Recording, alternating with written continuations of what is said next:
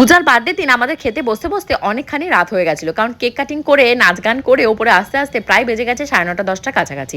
যারা দূরের পাবলিক তাদেরকে আগে খেতে বসানো হয়েছে। খেতে অনেক কিছু মেনুই ছিল, সেগুলো জানি না কতটা তোমাদের সাথে শেয়ার করতে পারবো, কারণ এখানে মামা, তারপর আমার বর গোপুচন্দ্র, স্বর্ণজিৎ, বাবু সবাই মিলে হাতে হাত লাগিয়ে খাবার পরিবেশনা করছিল।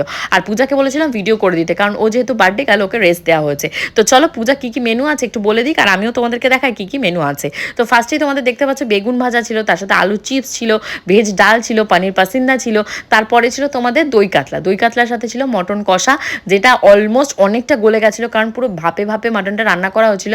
বাড়িতে নর্মাল কি হয়, আমরা প্রেশার কুকারে সিটি দিই 8টা মতন, তারপর নর্মাল হয়ে যায়। যেহেতু অনেক বড় কড়াইয়ের ভেতর অনেকখানি মাটন কষানো হয়েছিল, তো একটু একটু গলে গেছিলো। তো তোমরা কি কেউ গেস করে বলতে পারো কত কেজি মাটন আনা হয়েছিল?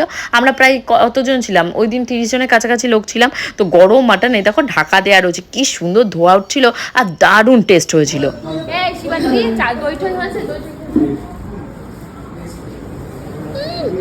তুই যে চুলটা ছেড়ে ছেড়ে ঘুরে বেড়াচ্ছিস কারণ খাবারের মধ্যে এগুলো স্প্রে করা চুল, এগুলো এমন ভাবে টাইট হয়ে আছে কেউ মাথা দিয়ে টানলেও এখন খুলবে না। খুলবে কালকে যখন জল দিয়ে ওয়াশ করবো, সব খুলে বেরিয়ে যাবে।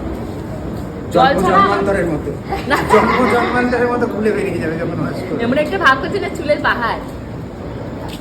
তোমার থেকে বেশি চুল আছে মাথায় আমার। কম্পিটিশনে নামতে হবে তাহলে। তোমার থেকে বেশি চুল আছে আমার মাথায়। হ্যাঁ হ্যাঁ ঠিক আছে।